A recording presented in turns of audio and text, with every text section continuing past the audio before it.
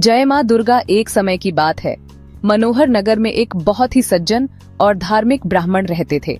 वे माता दुर्गा के परम भक्त थे और रोज उनकी पूजा अर्चना करते थे। उनकी एक बहुत ही सुंदर और सुशील बेटी थी जिसका नाम सुमति था। सुमति भी अपने पिता के साथ माता की पूजा में हमेशा शामिल होती थी। एक दिन सुमति अपनी सहेलियों के साथ खेलने में इतनी मग्न हो गई कि वह पूजा में जाना भूल गई। जब ब्राह्मण को यह बात पता चली तो उन्हें बहुत क्रोध आया। क्रोध में उन्होंने अपनी बेटी से कहा, आज तुमने भगवती का पूजन नहीं किया, मैं तुमसे बहुत नाराज हूँ। अब मैं तुम्हारा विवाह किसी कुष्ठ रोगी या दरिद्र व्यक्ति से करूंगा। यह सुनकर सुमति बहुत दुखी हुई, पर उसने अपने पिता से कहा, पिताजी, मैं आपकी ही बेटी हूँ और मैं आपके अधीन हूँ। आपकी जैसी इच्छा हो आप मेरा विवाह उसी से कर दीजिए, पर मुझे वही मिलेगा जो मेरे भाग्य में लिखा है। मुझे अपने भाग्य पर पूरा भरोसा है। सुमति की यह बात सुनकर ब्राह्मण का क्रोध और भी बढ़ गया। उन्होंने क्रोध में आकर अपनी बेटी का विवाह एक कुष्ठ रोगी से कर दिया और उसे विदा करते हुए कहा, अब तुम अपना कर्म फल भोगो, देखते हैं भाग्य के भरोसे तुम क्या करती हो। सुमति अपने पति के साथ दुखी मन से वन में चली गई। उन्होंने वह रात बहुत कष्ट से बिताई।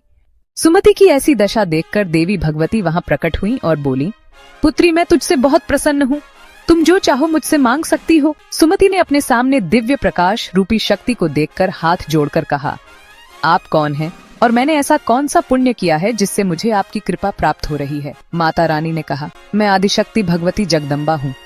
मैं तुझसे तेरे पूर्व जन्म के पुण्य के कारण प्रसन्न हूँ। तुम जो चाहो मुझसे मांग सकती हो। सुमति ने माता से पूछा, माँ, मैं पूर्व जन्म में कौन थी और मैंने ऐसा क्या किया जो आपकी कृपा मुझ पर हुई। माता बोली, सुनो, पूर्व जन्म में तुम एक भील की स्त्री थी। तुम बहुत पतिव्रता और मुझ में आस्था रखने वाली थी। एक दिन तुम्हारे पति ने चोरी करी। चोरी करने से राजा के सैनिक तुम्हारे पति के साथ तुम्हें भी पकड़कर कारागृह में ले गए। वहां तुम 9 दिनों तक रही। उस समय मेरे नवरात्र चल रहे थे और तुमने 9 दिनों तक न कुछ खाया और न कुछ पिया। इस तरह अनजाने में ही तुमने मेरा व्रत किया।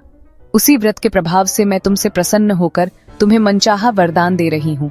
सुमति ने कहा, माँ, यदि आप मुझ पर प्रसन्न हैं तो मेरे पति को कुष्ठ रोग से मुक्त कर दीजिए।